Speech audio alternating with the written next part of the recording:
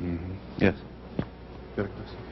I worked for Sears for 2.5 years, and every day I went past a little board that said Kmart 31, Sears 19, 21. And I was just wondering what happened. What do you mean, the price of the stock? Yeah. Yeah, they quoted it. And it was Yeah, just, I know. I've seen it all the time.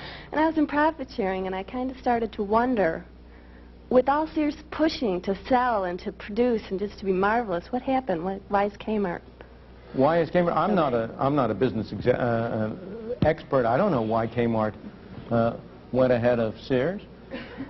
If I knew that, I'd be in a different business. All I know is that they managed to appeal to the consumer. They made better decisions about what products to sell than Sears did. Now, who was responsible or why? You'd have to be an expert. Well, but in a way, I'm not.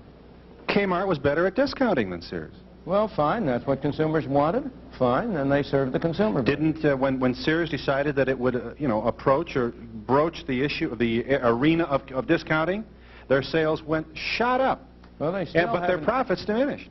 I don't know anything about the details. For all I know, Sears is streamlined. It's going to go and beat Kmart. I don't have the slightest idea. Let the market decide. The oil-rich Arabs are buying an awful lot of businesses in this country and farmland and things. Do you think it'd be wise for this country to institute law like Mexico did in the 50s and 60s, where it required that any company and land had to be at least over 50% owned by residents in the country? I believe in individual freedom on an international basis and not on a national basis. I think you ought to be free to buy land if you want to in Mexico or anywhere else, and I would like those governments to let you. This country did not become great by preventing people from coming here from abroad and buying land and setting up businesses. Quite the other way around. And the reason we are making it so advantageous for them to buy here is because we're following such silly, counterproductive policies. And didn't it do a lot of damage in Mexico, though, when it did much more damage to Mexico when they nationalized the oil industry. On the contrary, their measures to keep foreigners from acquiring assets in Mexico did a great deal of harm to Mexico, not good. Yes. You must distinguish between what looks on the surface and what it really is underneath. Over here. Why is it we have so many millionaires and everything in the United States, and we still have so many impoverished people who try to get up into the world? Why is it we have this lack of money where people who can't support themselves decently and get a decent job, where all these big men are up on top making oodles and oodles of money? They don't need it. They can only eat that much, sleep in the bed. And what do you suppose they do? If they don't eat it and don't use it, what do you suppose they do? They hoard it. What do you mean they hoard it? You mean they put it under their pillows? That's right. No, they keep investing it. Investing it in what? That's right. Yeah. What do they invest it in? Well, in oil and everything, where, I mean, all these other people who are What do they invest in? Don't get off the subject. No. What do they invest it in? Well, they invested in a lot of different things that the little people need.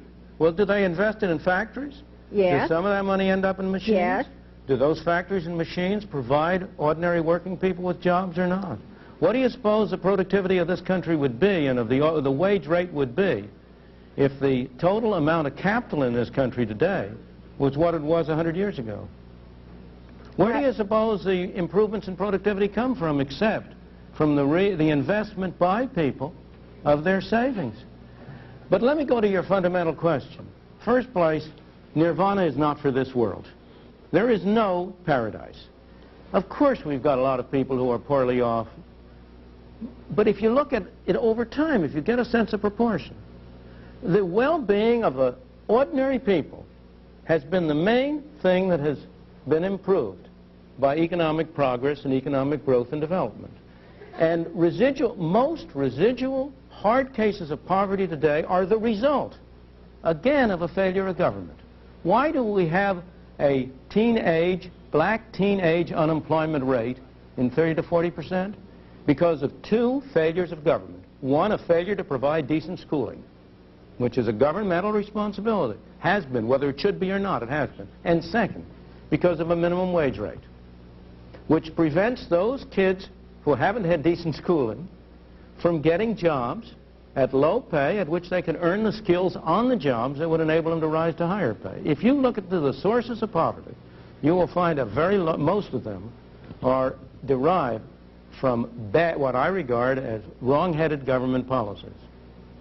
Well, I'm trying to look ahead because I'm almost going to retire. Yes? And it's pretty hard making it go now. before, you retire. You're covering a lot of issues here. I might say, if Phil will pardon me, I'm going to cover all of these issues.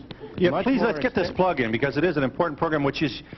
That's all I need. Is this one is going to compete now with Guess Who? He's got his own TV show. I mean, I'm not insecure enough. This is on PBS, and your first show is in January. January 11th. There will be 10 one-hour shows covering all of these issues in considerable depth. Half-hour documentary, half-hour studio discussion with people from the other side. I may say we invited Ralph Nader, but I don't believe he's accepted. Just before we break here, and we have to, I want to make sure I understand you. Because the government sets a minimum wage, what does McDonald's do? McDonald's? It can't hire as many teenagers. It improves its capital equipment to serve. It does less business because it has to charge higher hamburger prices.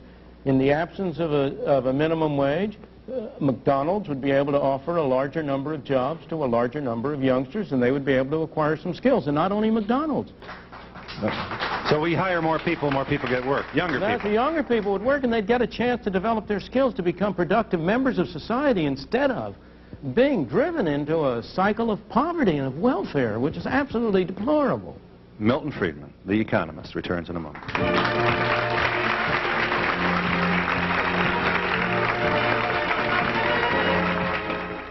I want to know if you charge a lot for your services. In other words, how much do you get paid? As much as the market will stand. I believe in a market price, and I tell you something. I think people value what they get at what they pay for it. And what are you doing with your money? That is my business and not yours.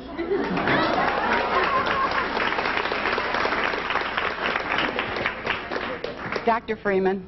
Yes. I'd like to know your view on the busing situation, especially with the gas situation. Of course, I'll be glad to tell you my view on the busing situation. The general, very little time, the fundamental idea is that people should be free to choose. That's the title of our TV series, incidentally, is Free to Choose. They should be free to choose whether they want to send their child to this school or that school or any other school. And the way to do it is to introduce a voucher scheme so that people can have freedom to choose. I am not in favor of compulsory busing. I am not in favor of compulsory integration. I am in favor of freedom. What'd you say about voucher? The voucher what? I would have a voucher system. You said I had to keep it brief, so I can only mention it. A system under which parents who chose not to send their child to a particular public school would be entitled to a payment like the GI Bill of Rights, a voucher which they could use at any school of their choice. Yeah, you know what I'm going to do? I'm going to open a school. Very good. And I'm going to hire an advertising agency. But wonderful. And I'm going to have cheerleaders saying, go to Donahue High, because it's got the best football team. And I'm going to get all these vouchers. And I'm going to have the biggest super school in the whole county. Wonderful. Marvelous. I don't know if it's wonderful. If you can succeed, you cannot succeed by advertising what's not true. Ford Motor Company couldn't sell an Edsel that way, and I don't think even Phil Donahue could sell lousy education that way. Yes. You know, people think the public at large are a bunch of stupid people. They're not. Yeah. Doctor, is there anything the average citizen can do to protect himself from the ravages of the rising inflation? Unfortunately, there is very, very little he can do. I hate to say this, and yet it's true. The most effective protection against inflation is high living. How do you mean that? How do you mean that?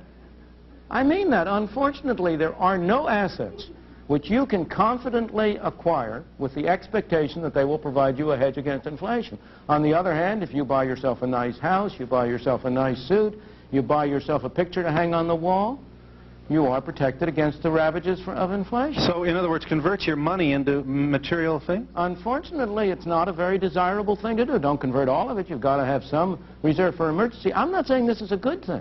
I'm saying that inflation is the kind of thing which leaves you with no good choices. But that sounds like playing the violin while Rome is burning. Well, tell me the alternative. The question was not what the nation ought to do. Yeah. I have no difficulty in saying what our governmental policy ought to be to end inflation. That's a different question. The question is, what can I as an individual do? And unfortunately, given the uncertainty of inflation, given the fact that real estate has proved a good hedge and it's proved a bad hedge, that stocks have proved a good hedge and they've proved a bad hedge, that government bonds are a snare and a delusion, that they have proved a very, very poor investment for the poor suckers who were induced by Uncle Sam to come into them? Unfortunately, there is no good way in which the ordinary citizen, the ordinary person, can really protect his assets against inflation. Dr. Friedman, I wanted to point out that a lot of people will agree that medical care costs are terribly expensive these days, and some hospitals that I know of, particularly in the South, have cost containment programs that are voluntary. Are these feasible? And if they are, why don't other businesses start them? Well, in the first place, every business has a cost containment program. There is no business in this country that doesn't unless it's on the verge of bankruptcy. In the second place, in all of these questions, one shouldn't look at the symptoms. One ought to go back and ask what the sources are. The reason why medical costs have been rising so rapidly in the country is, again, I sing the same old tune, but it happens to be true. Because whereas some 15 or 20 years ago, government spending on medical care accounted for something like 10, 20% of the total amount spent on medical care. That was mostly in public health and for veterans. Today, it amounts to something like 40% or more of the total spending, and that's what's been driving these prices up. Milton Friedman returns in a moment.